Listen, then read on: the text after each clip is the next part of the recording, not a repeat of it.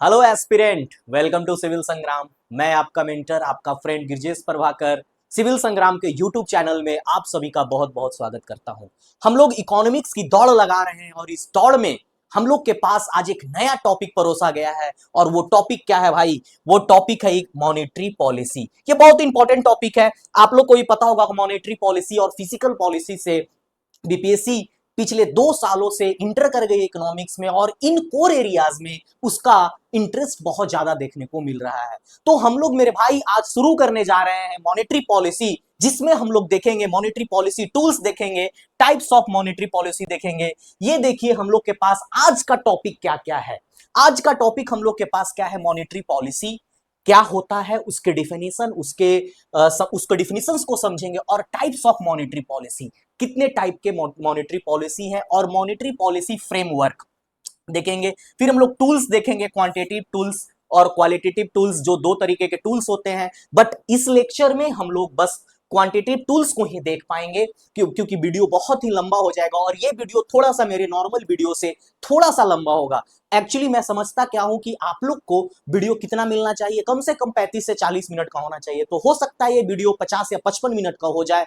कोशिश हमारा ये रहता है कि कम से कम वीडियो मिनट ड्यूरेशन का हो। बट टॉपिक का डिमांड है, थोड़ा बड़ा टॉपिक है, तो आप लोग को थोड़ा सा इसमें सपोर्ट करना होगा। फिर reverse repo rate and reverse repo rate देखेंगे हम लोग। फिर बैंक रेट देखेंगे। फिर सीआरआर एंड एसएलआर और मार्जिनल स्टैंडिंग फैसिलिटी, जो कि ये पिछले बार यूपीएससी में भी पूछा गया सवाल है। फिर ओपन मार्केट ऑपरेशन देखेंगे। तो ये हम लोग के पास टॉपिक है, आप लोग ध्यान से देख लीजिए, स्क्रीनशॉट ले लीजिए। ये हम लोग का यही कोर टॉपिक है। इससे ही बीपीएससी और कमीशंस का ध्यान रहेगा, और इन्हीं टॉपिक से आपको सवाल करेगा। खास करके आपको ये टूल्स जो हो गए, और यहां ये कोर एरिया है आपका। ये कोर एरिया है, quantitative tools, repo rate and reverse repo rate, bank rate, CRR and SLR. ये थोड़ा सा अभी बीपीएससी के तरफ का रेंज नहीं है, लेकिन हो सकता है कमीशन इस पे भी चोट कर दे। तो ये मेरे भाई, ये बंधु, ये सबसे इंपॉर्टेंट और कोर एरिया है, जिसको हम लोग बहुत ही डिटेल में देखेंगे। इसके लिए आप लोग देखिए आगे किस तरह से आपको लेक्चर को शेड्यूल किया गया है। तो पहला बात आता है बाबू, what is monetary policy? Monetary policy है क्या? तो मॉनेटरी पॉलिसी क्या है बाबू? It is a tool. ये एक झुंझुना है। किस तरह का झुंझुना है? Used by RBI. सबसे पहला सवाल, ये जो टूल है, ये जो मॉनेटरी पॉलिसी झुंझुना है, कौन यूज करता है? ये यूज करता है आरबीआई। आरबीआई कौन है? हमारा सेंट्रल बैंक है। सेंट्रल बैंक है इंडिया का। वो यूज करता है क्या करने के लिए? To regulate the money supply in the country. बात को समझिए, कहना क्या चाह रहे हैं यहां पर कवि? यहां कहना यह चाह रहा है कि मॉनेटरी पॉलिसी, पहला बात समझ लीजिए, पॉलिसी होता क्या है, पॉलिसी क्यों लाया जाता है। ये मॉनेटरी मतलब तो आप समझ रहे हैं कि पैसा का लेन देन वाला पॉलिसी। तो पॉलिसी का मतलब ही क्या होता है बाबू? टू चेंज समथिंग, किसी चीज में बदलाव लाना। पॉलिसी का मतलब होता है चेंज करना, कुछ फॉर्मुलेट करना, कुछ चीजों को अमेंड करना। तो किस चीजों को हम अमेंड करते हैं? डिमांड और सप्लाई ऑफ मनी, यानी पैसे की पूर्ति को कैसे, demand and supply of money, inflation, growth, इन सब चीजों को चेंज करते हैं। इन सब चीजों को पॉलिसी में हम लोग फॉर्मुलेट करते हैं कि किस तरह से। तो to regulate the money supply कौन करता है? आरबीआई, यानी रिजर्व बैंक ऑफ इंडिया जो है, कंट्रोल करता है, रेगुलेट करता है क्या? मनी सप्लाई को, मुद्रा की सप्लाई को। कहां? देश में। यानी मॉनेटरी पॉलिसी में हम लोग क्या करते हैं? मॉनेटरी पॉलिसी में आरबीआई क्या करता है? आरबीआई मनी सप्लाई को रेगुलेट करता है, कंट्रोल करता है। पहला बात समझ में आ गया आपको? तो क्यों करता है? Control the inflation in the country. अब भैया अगर नहीं कंट्रोल करेगा तो क्या होगा कि एगो दे दीजिए, किसको? रिक्शा चलाने वाला और टेम्पू चलाने वाला को, एक 10,000 रुपया एक दिन में पी के एक दिन में खत्म कर देगा। यानी उसके पीछे रेगुलेट करने वाली उसके कौन है? उसके मेहरारू है, उसकी बीबी है। बात को समझिए। तो बीबी क्या होती है? आरबीआई है।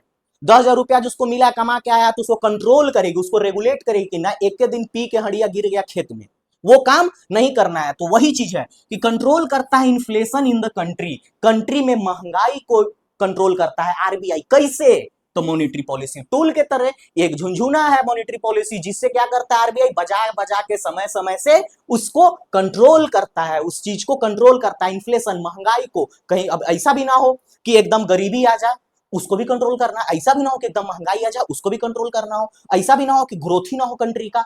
तो यानी आरबीआई को बाबू क्या करना है, आरबीआई को साइमल्टेनियसली इन्फ्लेशन, महंगाई को, बात को समझिए, इन्फ्लेशन प्लस ग्रोथ दोनों को देखना है कि भैया महंगाई भी ना बढ़ जाए एकदम चरम सीमा पर और ग्रोथ भी कंट्री का होते रहे। तो इस चीज को देखना है। क्या है बाबू, Reserve bank of India Act. अब देखिए एक सवाल जो, अब देखिए बीपीएससी का सवाल पूछने का तरीका हो चुका है इस तरह से कि अब पूछेगा कौन से एक्ट के through RBI monetary policy formulate करता है, कौन से एक्ट के थ्रू, तो यही है हमारा reserve bank of India 1934। Option में दे देगा बैंकिंग रेगुलेटिंग एक्ट 1939, तो वो टिक करना दे। दो ही चीज है हम लोग के पास यहां पर ध्यान देने के लिए, एक banking act of India 1939, 1949 sorry 1949 और 1934 reserve bank of India act. तो ध्यान दीजिएगा मॉनेटरी पॉलिसी, ये जो झुंझुना है जो आरबीआई बजाता है, रेगुलेट करता है, ये कहां लिखा हुआ है, 1934 का banking reserve bank of act में लिखा हुआ है 1934 का। ठीक है, ये चीज ध्यान दीजिएगा। ये क्या देता है आरबीआई को पावर बाबू, to formulate and apply monetary policy. बात आपको समझ में आ गया। यानी 1934 का reserve bank of India act RBI को यह पावर देता है कि आप क्या कर सकते हो, मॉनेटरी पॉलिसी बना सकते हो, बना करके उसको रेगुलेट कर सकते हो, उसको मार्केट में ला सकते हो और सरकार उसको फॉलो करेंगे। बात समझ में आया आपको, कोई भरकम बात नहीं था। अब देखिए तो भैया ये जो झुंझुना है, ये जो झुंझुना जो आरबीआई ने बनाया है मॉनेटरी पॉलिसी का, तो इसमें क्या क्या गुणवत्ता लगा है, इसमें क्या क्या लगा है, बांस के बनाया है कि लोहा का बनाया है, तो बात समझिए। तो दो तरीके से कंट्रोल करता है आरबीआई, एक क्वांटिटेटिव टूल्स, देखिए दो तरह का झुंझुना है, और एक क्वालिटेटिव टूल्स। एक झुंझुना क्या है बाबू, क्वांटिटेटिव टूल्स। क्वांटिटेटिव यानी वर्ड को पकड़िए आप, क्या है, क्वांटिटी, और इसमें क्या है, क्वालिटी। हम लोग इसको डिस्कस करेंगे नेक्स्ट लेक्चर में, पहले इसको देख लेते हैं। बहुत बड़ा चैप्टर है मॉनेटरी पॉलिसी, फिजिकल पॉलिसी छोटा सा है। अब यहां पर थोड़ा सा सवाल आएगा कि सर आप बार बार एक वर्ड यूज कर रहे हो आप कि मॉनेटरी पॉलिसी और फिजिकल पॉलिसी, तो है क्या, देखिए आप लोग को बता देते हैं। मॉनेटरी और फिजिकल, मॉनेटरी पॉलिसी कौन बनाता है, अभी हम क्या बोले, मॉनेटरी पॉलिसी जो झुंझुना ऑफ आरबीआई, ये आरबीआई बनाती है। और फिजिकल पॉलिसी क्या है बाबू, गवर्नमेंट। कौन गवर्नमेंट, बिहार का, झारखंड का, यूपी का, नहीं भैया, सेंट्रल, केंद्र सरकार बनाता है। यानी physical policy is a policy which is formulated by a central government, और monetary policy is a policy which is formulated and created by RBI, in which the RBI is empowered by the RBI Act, Reserve Bank of India Act 1934। बात समझ में आया, tough नहीं था। हम भी तुम बहुत सीधा सीधा अंग्रेजी बोले, हिंदी में बोल दे रहे हैं कि मॉनेटरी पॉलिसी क्या है बाबू, मॉनेटरी पॉलिसी मेरे भाई मेरे बंधु, मॉनेटरी पॉलिसी जो है आरबीआई एक्ट के द्वारा 1934 से इसे पावर दिया जाता है कि आप एक पॉलिसी बनाइए, मॉनेटरी पॉलिसी बनाइए, जो क्या करेगा, मनी सप्लाई को कंट्रोल करेगा। बात समझ में आया आपको। अब देखते हैं, आइए, टाइप्स ऑफ मॉनेटरी पॉलिसी। कितने तरह के मॉनेटरी पॉलिसी होते हैं, एक्सपेंसरी मॉनेटरी पॉलिसी, यानी एक्सपैंड करेगा, यहां पर देखिए एक्सपैंड यानी फैलेगा, फैलाव होगा, छितरा जाएगा। बात को समझिए, एक्सपेंशन का मतलब छितरा जाना, फैल जाना, और कॉन्ट्रैक्ट का मतलब सिमट जाना।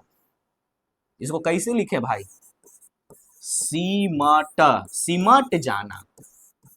ठीक है, तो एक्सपेंसरी मॉनेटरी पॉलिसी क्या होता है बाबू, फैल जाना। इसमें क्या होता है, increasing money supply in an economy, यानी फैलेगा, यानी क्या करना है, मनी को इंक्रीज करना है, फैलाना है। और कॉन्ट्रैक्टरी में क्या करना है बाबू, सिमेटना है, उसको कंसोलिडेट करना है एक जगह। यानी कपड़ा अपनी बेडशीट क्या करता है, फैला देते हैं पकड़ के, तो वो क्या हो गया, एक्सपेंसरी मॉनेटरी पॉलिसी, यानी मनी को फैला दो, ऐसे पैसा उठाओ छींट दो। ठीक है, वो हो गया एक्सपेंसरी।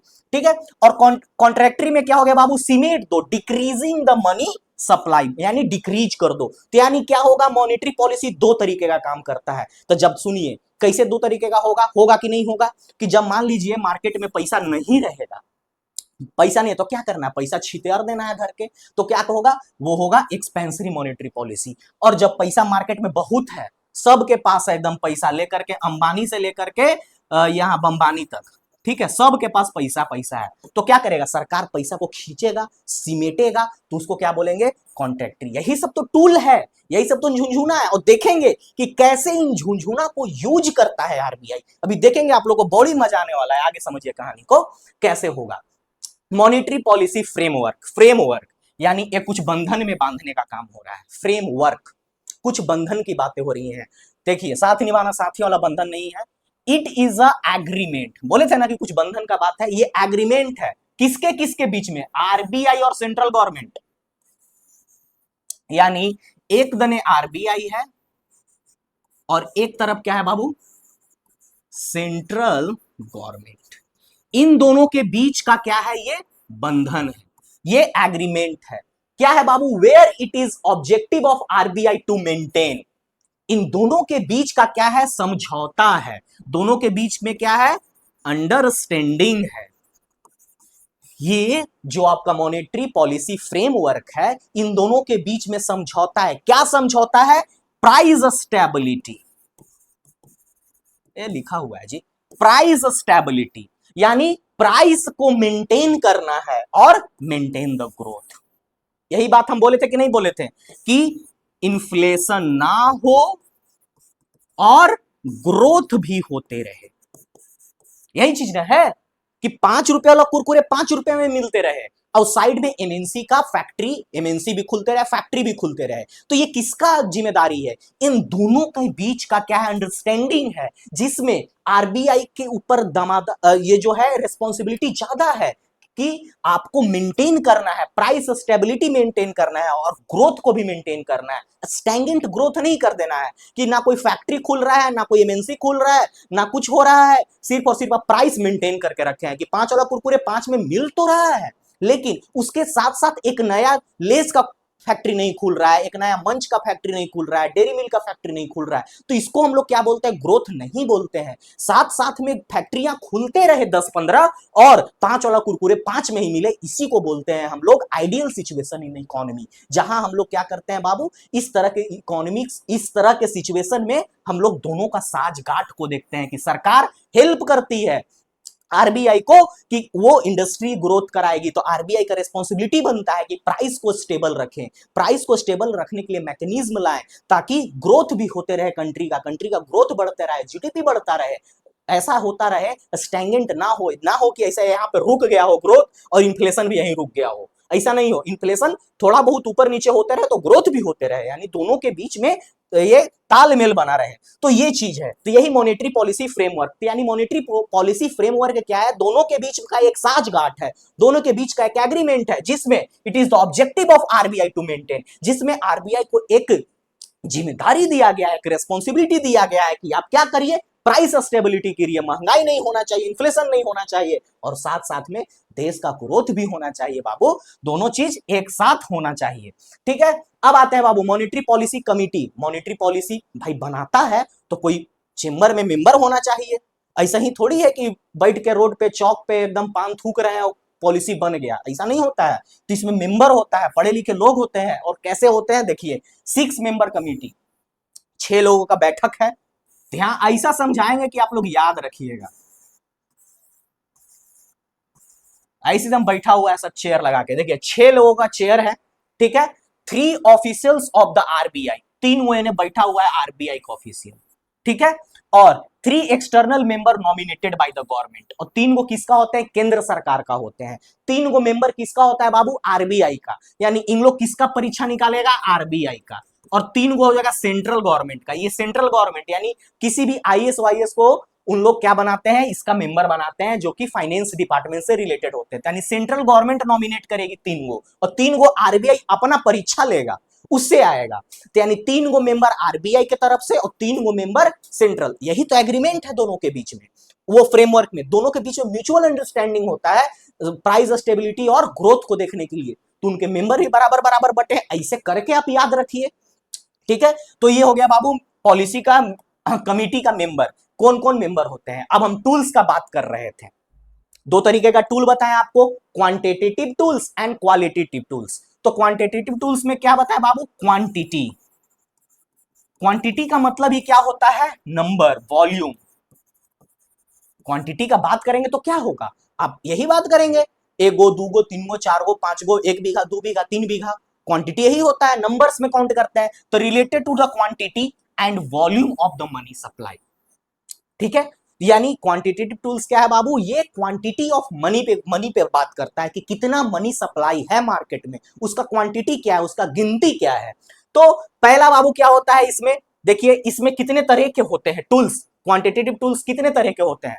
लिक्विड एडजस्टमेंट फैसिलिटी, LAF आप लोग याद रखेंगे इसके लिए। बैंक रेट, ये जो टूल है क्वांटिटेटिव टूल्स जो आपको बताएं कि दो तरीके का झुंझुना बजाता है मॉनेटरी पॉलिसी में, कौन कौन सा, एक क्वांटिटेटिव एंड क्वालिटेटिव। क्वांटिटेटिव में क्या बाबू, झुंझुना इस तरह से बजाएगा कि इस पैसा का संख्या को कम कर दें, और क्वालिटेटिव में क्वालिटी घटाएगा, जो कि आपको कल बताएंगे हम।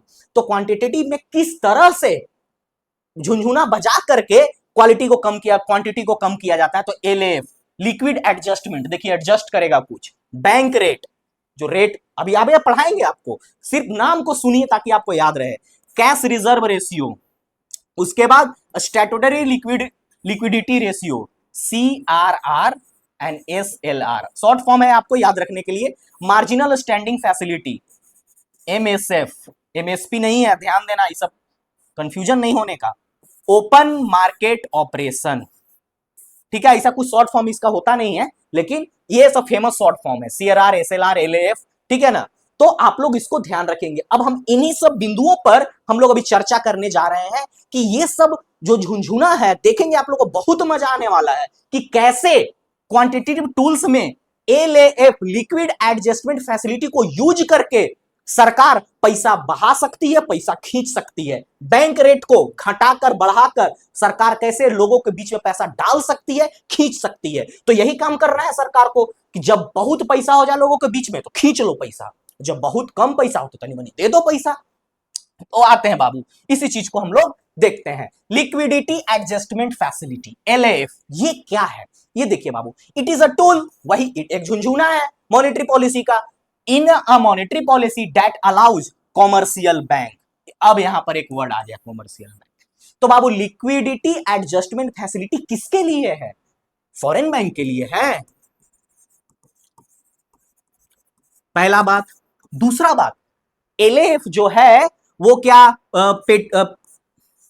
पेमेंट बैंक के लिए है। तीसरा बात, लिक्विडिटी एडजस्टमेंट फैसिलिटी क्या, कॉमर्शियल बैंक के लिए है। तो आप लोग को ध्यान आना चाहिएगा, yes it is a for a commercial bank, ये फॉरेन बैंक के लिए नहीं है, पेमेंट बैंक के लिए नहीं है, ठीक है, ये रीजनल रूरल बैंक के लिए नहीं है। जब हम आपको पढ़ाएंगे तब पढ़ाएंगे टाइप्स ऑफ बैंक, तब बैंकिंग सिस्टम में पढ़ाएंगे, तो ये टाइप्स ऑफ बैंक है। तो ये सब क्या है बाबू, कॉमर्शियल बैंक है।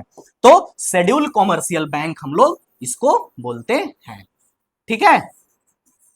चलिए, तो ये क्या है बाबू, LAF is a that is a for the commercial bank to manage their liquidity position by borrowing the amount or park their fund with the central bank when they have excess of it। देखिए simple सा भाषा में लिखा हुआ है, आप लोग को नहीं समझ में आएगा, ऐसे हवा बउआ नहीं होना है, बात को समझिए। यहां पर दो चीज है, पहला लिक्विडिटी एडजस्टमेंट फैसिलिटी बोलता है कि ये मॉनेटरी पॉलिसी का ऐसा टूल है जिसमें दो बातें कही गई है। पहला बात क्या कहा गया है कि कोई वो बैंक है, मान लीजिए कोई बैंक है, PNB, SBI, HDFC, ये सब बैंक है। तो ये सब बैंक को पैसा का जरूरत हो गया, तो ये सब बैंक का पैसा कहां से मिलेगा, तो यानी बैंकों का बैंक, इसका महाबैंक बैठा हुआ है RBI। तो जब ऐसे ऐसे बैंकों को पैसे की जरूरत पड़ती है, तब इन बैंकों को लोन कौन देगा, तो देगा RBI। जब इन बैंकों को नीड ऑफ द आर में पैसे की जरूरत पड़ती है, तब उनको बैंक देगा RBI, लोन देगा। तो लोन तो ऐसे ही नहीं मिलता है, लोन का मतलब क्या, इंटरेस्ट। आपके दिमाग में जैसे ही बात आया लोन, तब क्या आना चाहिए, इंटरेस्ट साथ में। तो जैसे ही ये पीएनबी, एसबीआई, एचडीएफसी, आईसीआईसीआई, ये सब क्या है, ये सब नीड ऑफ द आर में लोन मांगने जाएंगे आरबीआई से, तो आरबीआई क्या कहेगा कि कुछ इंटरेस्ट तोरा देना पड़ेगा। तो वही जो इंटरेस्ट ये सब बैंक आरबीआई को देगा उसी को बोलते हैं रेपो रेट। पहला बात इसी को बोलते हैं बाबू रीपर्चेज रेट।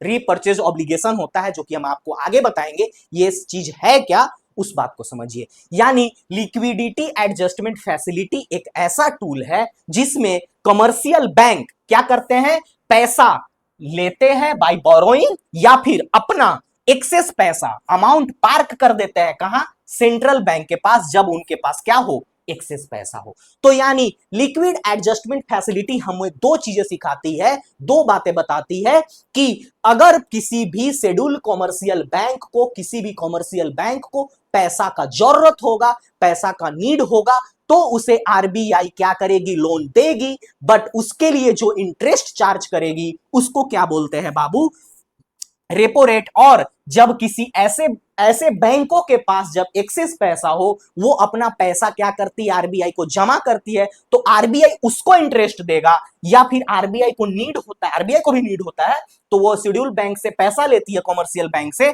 तब भी उसको रिवर्स रेपो रेट बोलते हैं।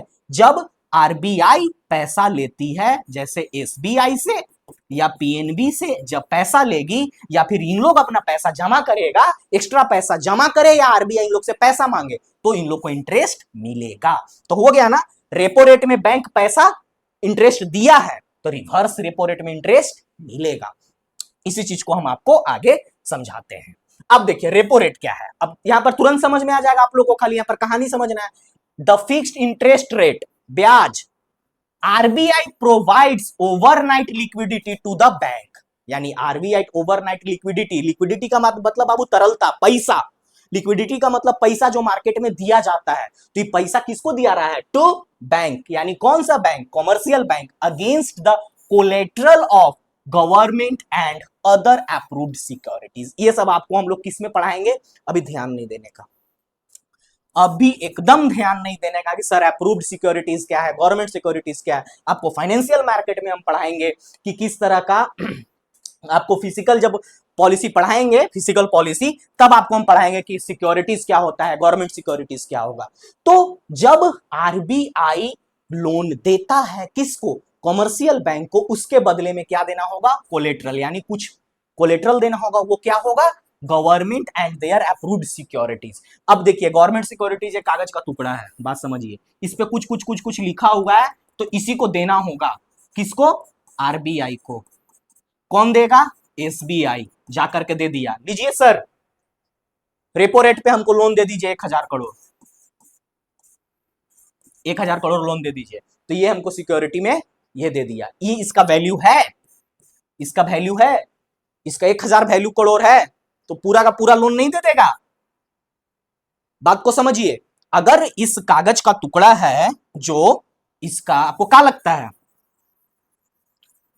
आपको लगता है क्या कि अगर मान लीजिए ये कागज का टुकड़ा लेकर के गया गवर्नमेंट सिक्योरिटी 100 रुपए का, कौन, एसबीआई, किनके पास, आरबीआई के पास, और बोला कि सर हमको लोन दे दीजिए, हमको चाहिए लोन 2 दिन 3 दिन 4 दिन। अभी आपको क्राइटेरिया बताएंगे कि रिवर्स रेपो रेट और रेपो रेट में, रेपो रेट में कितना दिन का मिलता है। तो क्या इसको पूरा का पूरा 100 रुपया लोन दे देगा, नहीं, कुछ रखेगा, इसको कितना देगा, 96 रुपया देगा, कि जाओ, इसको कितना देगा, 96 रुपया देगा। अब जब बोलेगा कि ठीक है 5 दिन के बाद तुम हमारा पैसा लौटाओ हमको, तब हम तुमको क्या दे देंगे, तुमको हम अपना सिक्योरिटी दे देंगे, और हमको तुम क्या दे दिया, हमको 100 रुपया दोगे तुम, और तुमको हम लोन कितना दिए थे, 96 रुपया। यानी ये क्या किया, 4% इंटरेस्ट रेट काट लिया। यही हम बात कर रहे थे ना कि रेपो रेट में क्या होता है बाबू, कॉमर्शियल बैंक जो है आरबीआई को परसेंट देती है, और किसके फॉर्म में कोलेटरल देखती है, गवर्नमेंट सिक्योरिटी। ये क्या है बाबू, जी सेक बोलते हैं इसको, गवर्नमेंट सिक्योरिटीज। तो ये क्या हो गया, when the bank need money they borrow from RBI. ठीक, RBI charge interest on the loan, interest लिया, ठीक है, that interest rate is called repo rate. अब ये मैकेनिज्म भी आपको समझ में आ गया कि किस तरह से आरबीआई लोन देती है कॉमर्शियल बैंक को और उसके अगेंस्ट में क्या रखती है, गवर्नमेंट सिक्योरिटी। जिसका वैल्यू होता है उस वैल्यू से कम लोन देगा हमेशा, उससे ज्यादा नहीं देगा। 100 रुपए का गवर्नमेंट सिक्योरिटी लेके गया तो देखा कितना 96 रुपया लोन दिया और इसको लौटाना कितना पड़ा, 100 रुपया, तब जाके गवर्नमेंट सिक्योरिटी वापस मिला। तो बात को समझिए यहां पर। अब आइए, इसीलिए इसको रीपर्चेज ऑब्लिगेशन बोलते हैं। यहां पर एक बात आपको हम दिखा देते हैं, इसीलिए इसको क्या बोला जाता है बाबू, रेपो रेट को रीपर्चेज ऑब्लिगेशन। रीपर्चेज ऑब्लिगेशन यानी आपको ये आकर के वापस खरीदना होगा, रीपर्चेज करना होगा ये गवर्नमेंट सिक्योरिटी, इसलिए इसको रीपर्चेज। अब आते हैं रिवर्स रेपो रेट। ये क्या है बाबू, it is a rate at which RBI borrows money from commercial bank. कहां से पैसा लेता है, आरबीआई कॉमर्शियल बैंक से पैसा लेता है। तो इस सिचुएशन में क्या है बाबू कि बैंक पार्क मतलब deposit their surplus money with the RBI. उसका उल्टा सोचिए एकदम, और RBI pays them interest on this money. उस पे क्या आती है, इंटरेस्ट देती है RBI. That interest rate is called reverse repo rate. Content बहुत ही अच्छा आप लोग के लिए बनाया गया है। कंटेंट, इस कंटेंट को एक्स रिटायर्ड टीचरों ने बनाया है और वो टीचर लोग कंटेंट बना रहे हैं। ऐसा नहीं है कि ये कंटेंट हमारा है, हम बस इसको रिव्यू करते हैं और इसलिए आपको परोसते हैं। तो ये सब जो कंटेंट है हमारा, जो आपको ये क्लास में लेक्चर में मिल रहा है, नोट्स में मिलेगा और आपको टेलीग्राम चैनल पे जो नोट्स दिया जा रहा है, वो सब एक्स टीचरों के द्वारा बनाया जा रहा है। वो प्रोफेसर्स हैं, किसी ना किसी कॉलेज के इकोनॉमिस्ट हैं और कोई सिलेक्टेड टीचर्स, सिलेक्टेड उसमें स्टूडेंट भी हैं जो जिनको रिव्यू कराया जाता है। तो ऐसा नहीं है कि कंटेंट का ऑथेंटिसिटी देखिए कितना ये सही है, कितना ये सुगम है, कितना ये सुलभ है। तो ये सब चीजें हैं, आपको हम बता देते हैं। अब देखिए बाबू, रिपो रेट और रिवर्स रेपो रेट के बीच का डिफरेंस देखिए, कहानी क्या बनता है। The rate at which RBI lends money to the commercial bank. RBI किसको पैसा देती है, कॉमर्शियल बैंक को, उसको रेपो रेट बोलते हैं। ये क्या है, rate at which RBI borrows money from commercial bank. RBI किससे पैसा लेती है, कॉमर्शियल बैंक से, या कॉमर्शियल बैंक अपना एक्स्ट्रा पैसा पार्क कर देते हैं कहां, आरबीआई में। दोनों बात हो सकता है, आरबीआई भी पैसा मांगती है। मान लीजिए अभी देखिए टॉप में भी दोनों के बीच में लड़ाई रहता है, आईसीआईसी और एचडीएफसी में। तो इन लोगों के पास पैसा ज्यादा है तो आरबीआई को नीड हो गया, तो आरबीआई क्या करेगी कि मांग लेगी इनसे, तो इन लोग दे देते हैं, तो इनको इंटरेस्ट मिलता है, तो इसको रिवर्स रिपो रेट, ठीक है। ये सिचुएशन भी होता है। To inject liquidity to the banking system. तो रेपो रेट में क्या होता है बाबू, तो पैसा क्यों लिया है बैंक आरबीआई से, क्योंकि उसको मार्केट में पैसा देना है। और ये क्या करता है बाबू, इसमें पैसा एब्जॉर्ब करना है। देख लिया कि बैंक एचडीएफसी के पास 2000, चलिए 2 लाख करोड़ रुपया है, तो आरबीआई क्या करेगा, बोलेगा कि सर इसमें से 1.5 लाख करोड़ हमको दे दीजिए, आपको इंटरेस्ट देंगे। तो क्या किया, absorb, suck out access liquidity. सोचा कि अगर एकरा पास 2 लाख करोड़ रुपया रहेगा ना, तो क्या करेगा, ज्यादा से ज्यादा लोन बांटेगा। अभी आप लोग को हम बताएंगे सीआरआर और एसएलआर में, धैर्य रखिएगा इस वीडियो में कि क्यों आरबीआई जो है सकआउट कर लिया। ये पॉइंट याद रखिएगा, इसी पॉइंट को कनेक्ट करेंगे वहां कि आरबीआई क्या करता है बाबू, किस रिवर्स रेपो रेट में पैसा सक कर लेता है जानबूझ के कि एकरा पास कितना है, 2 लाख करोड़ है, 1.5 लाख करोड़ हमारा तनी दे दो। जानता है आरबीआई कि पास 2 लाख करोड़ रहेगा ना तो ज्यादा तबाही मचाएगा, बड़ी लोन बांटेगा, जिससे क्या होगा, मार्केट में लिक्विडिटी बहुत ज्यादा हो जाएगा। इसमें देखिए bank borrows from RBI, bank RBI से लेती है और RBI borrows from bank. Bank पे इंटरेस्ट टू द आरबीआई, यहां आरबीआई पे इंटरेस्ट टू द बैंक। ये सब बात आपको हम बता दिए हैं। Loan become costlier, inflation control. इसमें अब लोन महंगा क्यों हो जाएगा बाबू, क्योंकि इसमें रिपो रेट में क्या है, मान लो रेपो रेट 4% पे लिया सरकार से, 4% इंटरेस्ट, तो आपको 5% पे ना लोन देगा। ये तो 4% पे अपने राते लोन लेके आया है आरबीआई से, 4% पे इसको अपने 100 रुपया मिला है, 96 रुपया मिला है, तो आपसे कोशिश करेगा कि आपको मान लीजिए 20 रुपया लोन दे तो आपको 6% पर दे। तो इसमें क्या है बाबू, कॉस्टलियर हो जाता, थोड़ा सा इंपैक्ट पड़ता है, थोड़ा इंपैक्ट पड़ता है।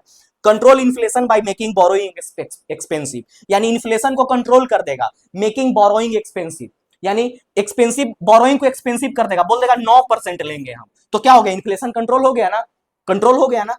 इन्फ्लेशन का मतलब क्या होता है, पैसा का फ्लो बहुत ज्यादा हो जाएगा, तो उसको कंट्रोल करना है, कैसे, 9% कर दिया, लोने नहीं लेगा कोई, जाओ 9% बहुत महंगा हो गया, तो इसको क्या करा, बोरोइंग को महंगा कर देता, तो इन्फ्लेशन कंट्रोल में आ जाता है, पैसा मार्केट में नहीं जाएगा तो इन्फ्लेशन कंट्रोल होगा। नहीं तो अगर यही 4% की जगह 5% की जगह 2% कर देगा, सब आके लोन मांगने लगेगा, पैसा दो, बहुत ज्यादा पैसा हो जाएगा मार्केट में, तो इन्फ्लेशन बहुत ज्यादा हो जाएगा।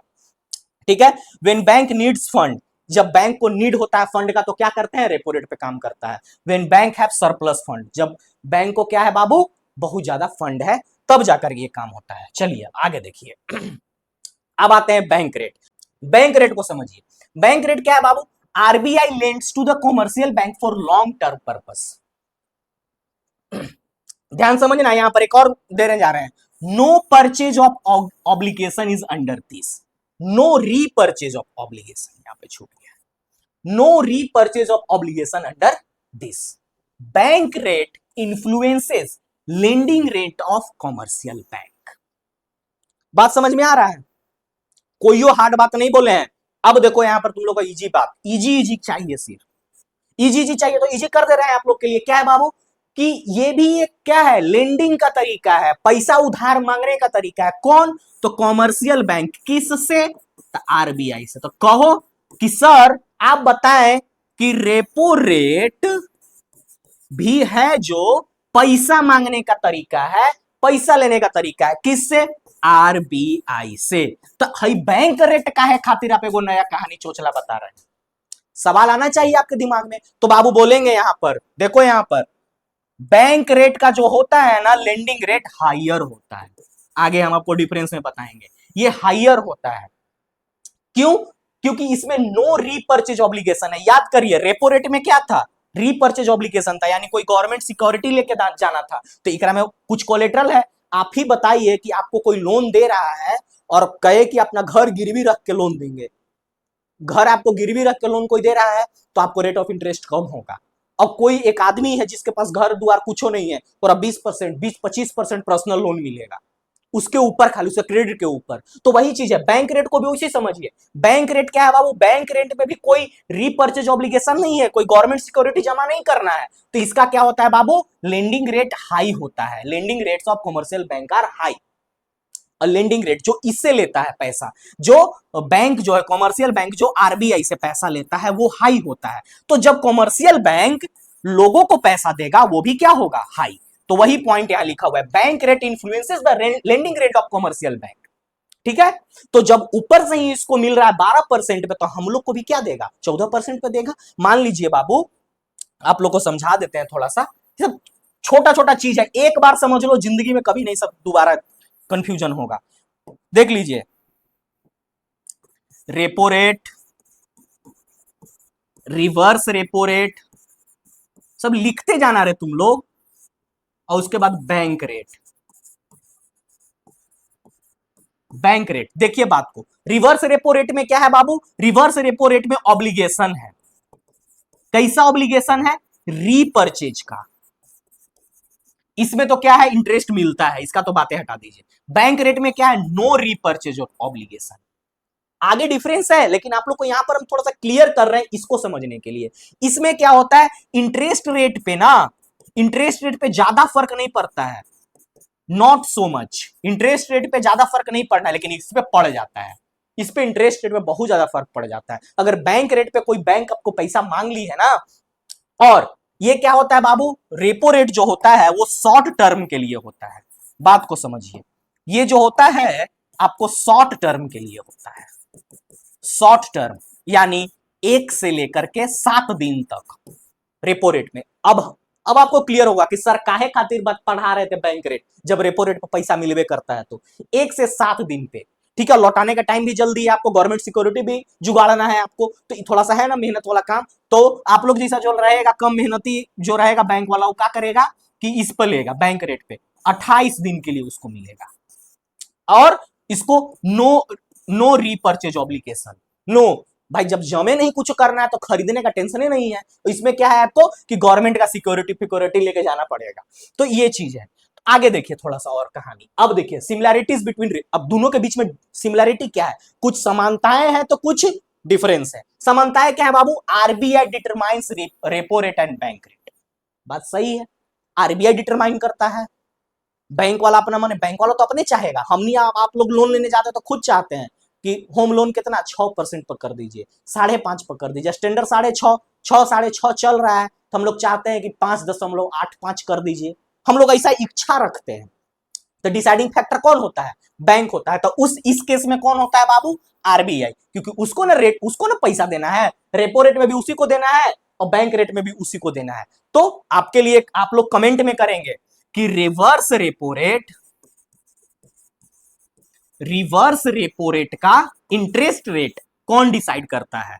यहां पर लिख दे रहे हैं, who decide the rate of reverse repo rate. आप लोग कमेंट में करके बताएंगे हमको कि हम तो बता रहे हैं कि रेपो रेट और बैंक रेट का दोनों कौन डिसाइड करता है? आरबीआई। तो कमेंट में आप लोग बताइए कि हु डिटरमाइन, कौन है जो रिवर्स रेपो रेट का कहानी। रिवर्स रेपो रेट आपको याद है ना, पढ़ा है कि जब कोई भी कॉमर्शियल बैंक अपना एक्सेस पैसा आरबीआई के खाता में जमा करती है या फिर आरबीआई पैसा मांग लेती है कि दो हमरो से तो नहीं सूद ले लेना, लेकिन हमरो दो जरूरी है, तब रिवर्स रेपो रेट बोलते हैं उस रेट ऑफ इंटरेस्ट को। तो कौन डिसाइड करता है? रेपो रेट और बैंक रेट तो आरबीआई डिसाइड करती है। चलिए, bank takes loan from RBI under repo rate and bank rate.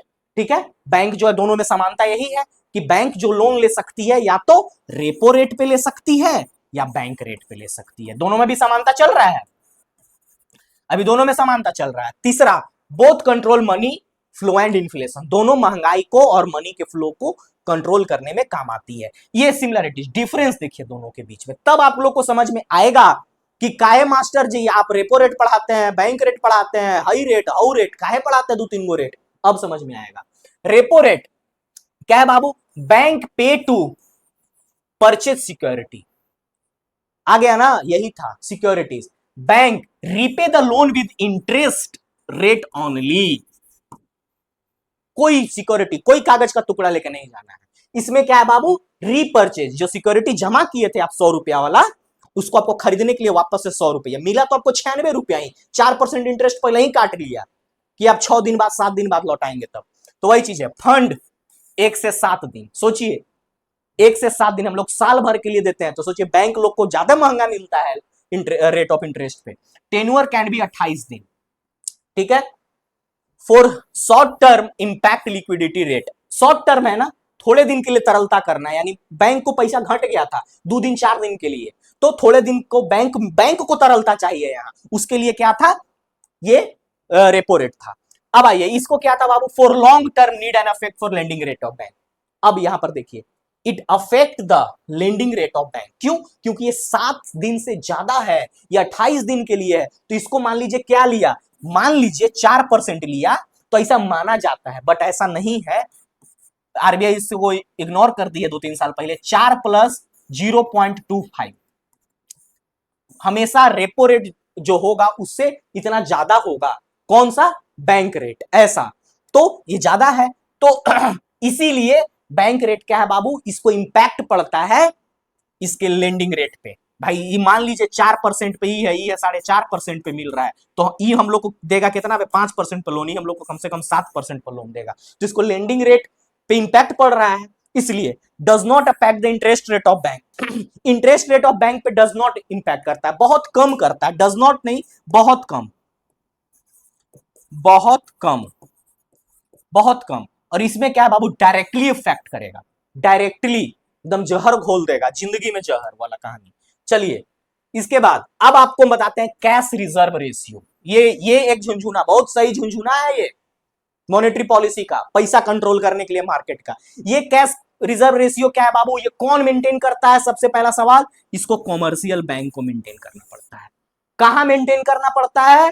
तो आरबीआई के साथ। कहानी देखिए, it is a minimum amount of cash that bank must maintain with the reserve bank of India, यानी commercial bank को एक cash reserve, देखिए ध्यान से, सीआरआर, कैश, कैश में किसके साथ? आरबीआई के साथ कैश मेंटेन करना पड़ता है। This amount is a certain percent of bank total deposit. मान लेते हैं बैंक में टोटल डिपॉजिट कितना है? 100 रुपया है, तो इसका कुछ सर्टेन अमाउंट होगा, कुछ सर्टेन परसेंटेज होगा, मान लेते हैं 10%, तो यानी 10% क्या हो गया आरबीआई के पास? 10 रुपया सीआरआर जमा हो गया। ठीक है, total keep aside as a reserve, यानी एक तरफ कोना में रखा जाता है।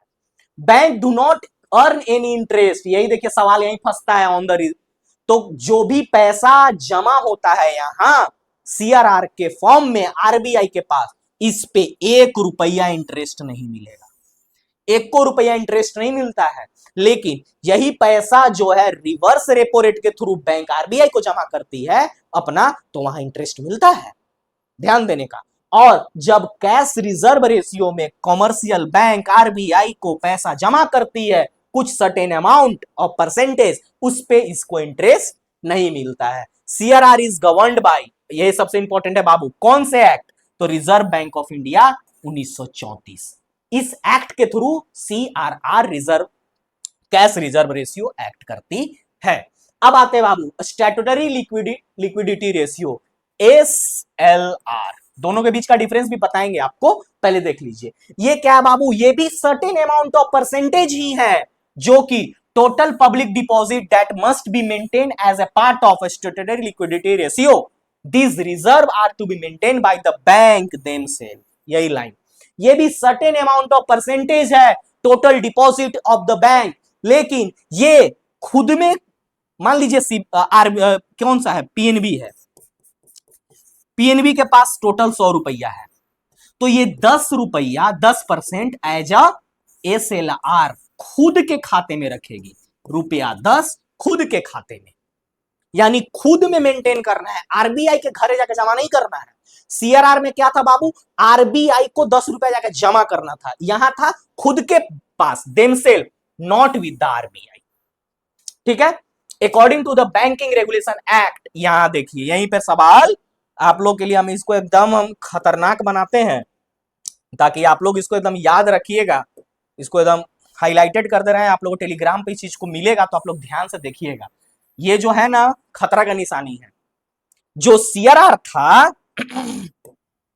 जो सीआरआर था भाई, जो सीआरआर में क्या था आप लोग देखिए, bank of India, reserve bank of India act 1934 के थ्रू ये सीआरआर रेगुलेट होता है, लेकिन जो आपका एसएलआर है वो बैंकिंग रेगुलेशन एक्ट 1939, तो सवाल यहां से नहीं फंसेगा तो कहां से फंसेगा, यहीं पर बचाओ कंफ्यूज करने के लिए। जो इसका रेंज क्या होता है, 0 से 40% के बीच में, ये डेटा आप लोग को याद रखने का जरूरत नहीं है। अब आते हैं बाबू मार्जिन स्टैंडिंग फैसिलिटी, ये मार्जिन, अब एक चीज यहां पर आप लोग को और बता देते हैं, सीआरआर और एसएलआर, ये सीआरआर और एसएलआर, ये मैकेनिज्म क्यों जरूरी है सर, ये कैसा झुंझुना है, ये झुंझुना से कैसे सरकार अपना पैसा मार्केट में खींच लेती है और दे देती है, तो अब बात को समझिए।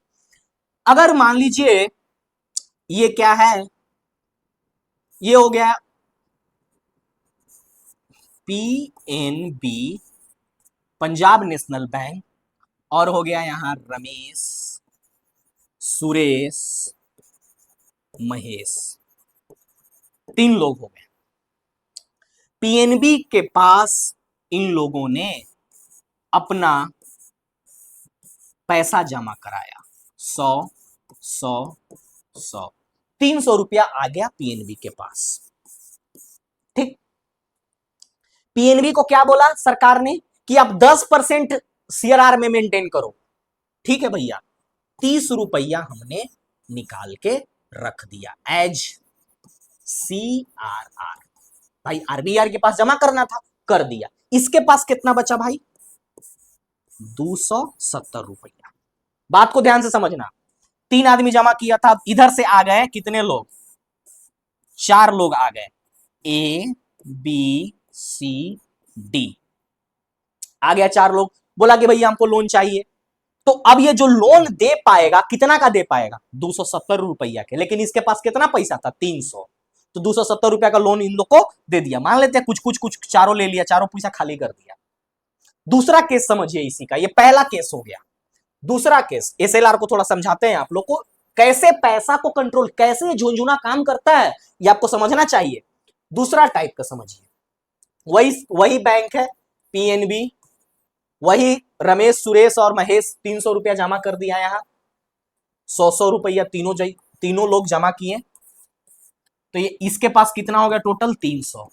लेकिन आरबीआई के ऊपर से एक घंटी बज गया कि अब 10% नहीं 20% जमा करो सीआरआर, 20% जमा करो तो कितना हो गया 20%? 60 रुपया। इसके पास अब कितना बचा? 240। पहले कितना बच रहा था? 270। अब ए बी सी डी आएगा तो 240 रुपया के लोन बांटिए तो ए बी सी डी में कै रुपया पड़ेगा? पहले ज्यादा पड़ता, पहले ज्यादा ज्यादा पैसा पड़ता, अब कम कम पड़ेगा। तो मार्केट में पैसा खींच लिया कि नहीं खींच लिया? आरबीआई का झुंझुना कैसे काम किया समझ में आया? पैसा को खींचने का काम किया लोगों के पास। अब तीसरा केस भी इसी में समझ लीजिए आप लोग को। पूरा एकदम मेंस वाला बैच हम यूट्यूब पे पढ़ा रहे हैं फ्री में, इतना डिटेल में आपको कोई नहीं पढ़ाएगा, खास करके बीपीएससी के लिए। ये ऐसा नॉलेज आपको दे रहे हैं हम कि आपको ऐसा नॉलेज कोई नहीं देगा बीपीएससी के लिए, बस ऊपर ऊपर लोग पढ़ा दिया करते हैं, खास करके यूट्यूब पे। अब कोर्स में कोई कैसा क्या पढ़ा है नहीं पता, बट आपको इतना डिटेल में कोई नहीं पढ़ाएगा। ये सब हमारे टीम और हमारे एफर्ट्स की वजह से आप लोगों को फ्री में मिल रहा है।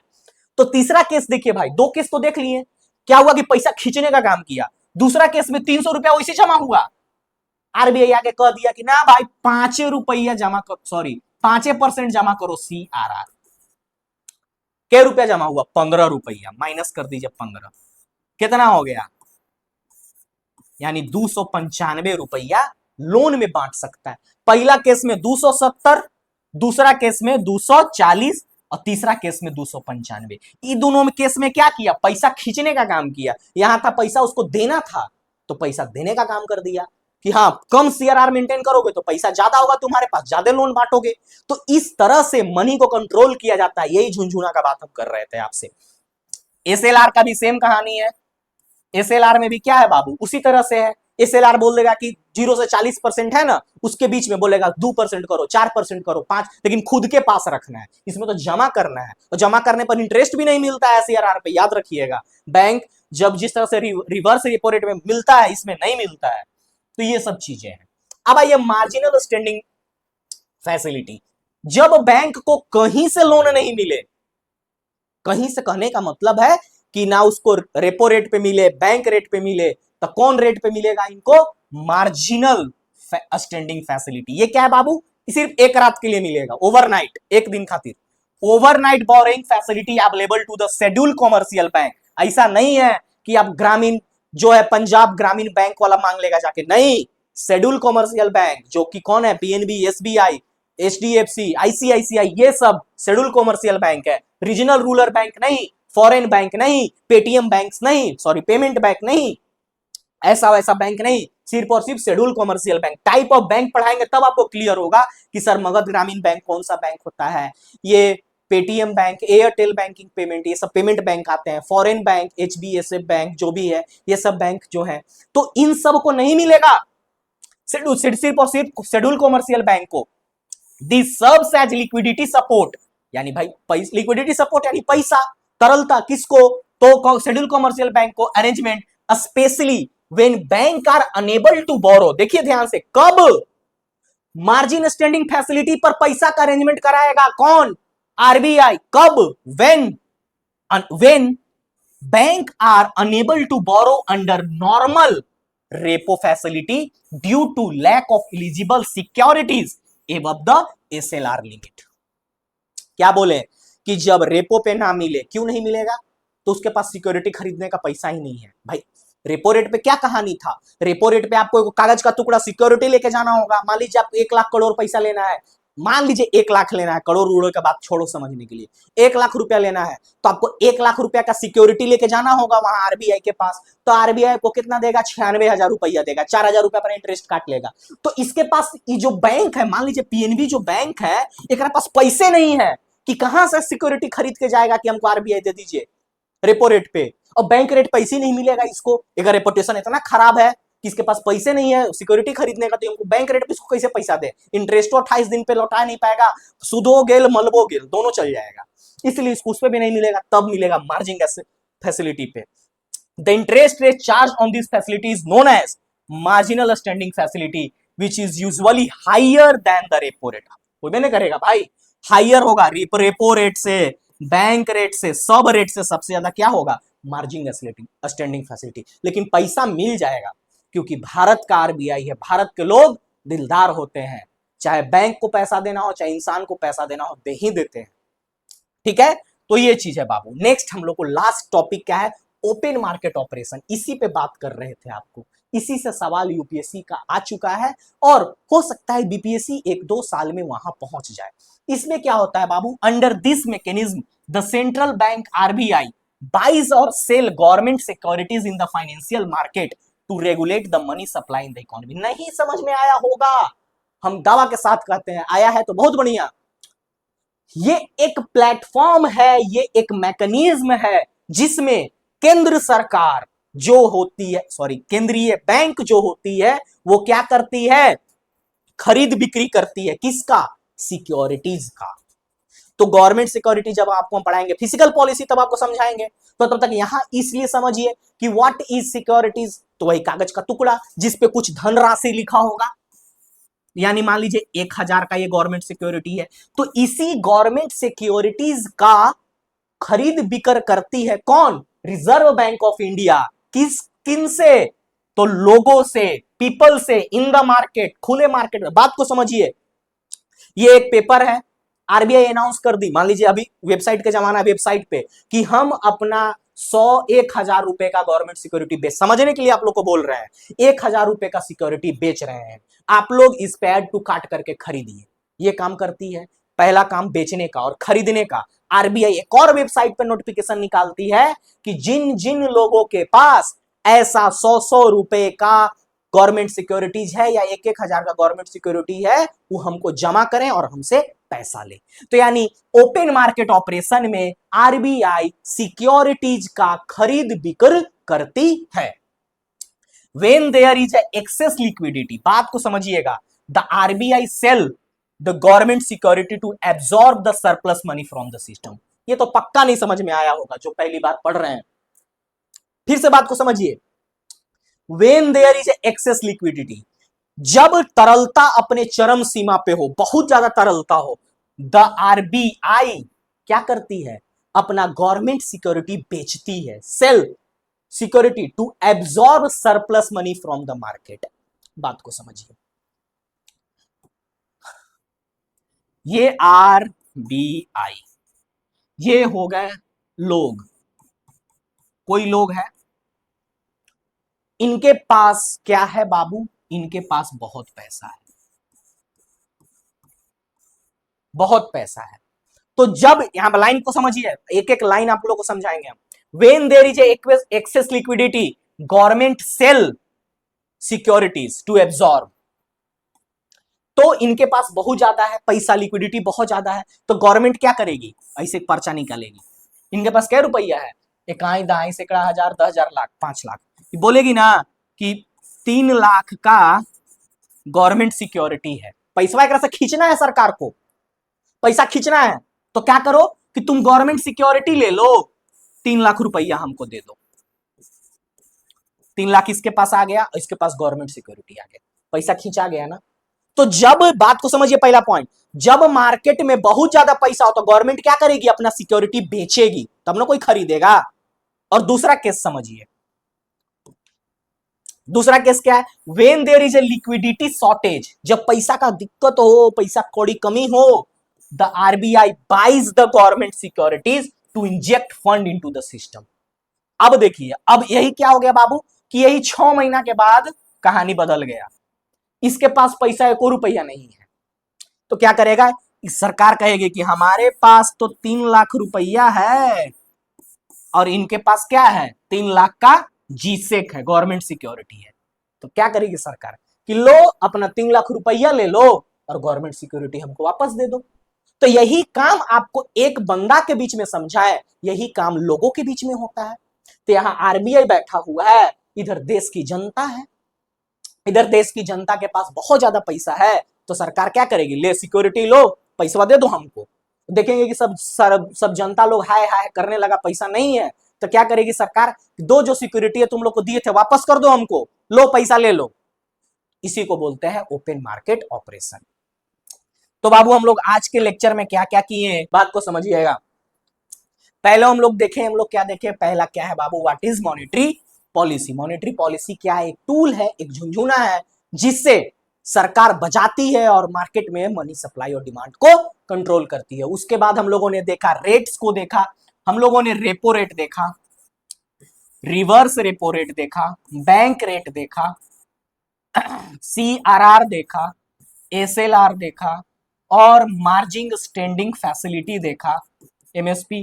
फिर हमने ओपन मार्केट ऑपरेशन, यानी हम लोग 1 2 3 4 5 6 7 चीज देखे, जिसमें हमने आपको बताया कि repo rate, reverse repo rate, bank rate, CRR और SLR आप लोग के लिए बहुत ज्यादा इंपॉर्टेंट है।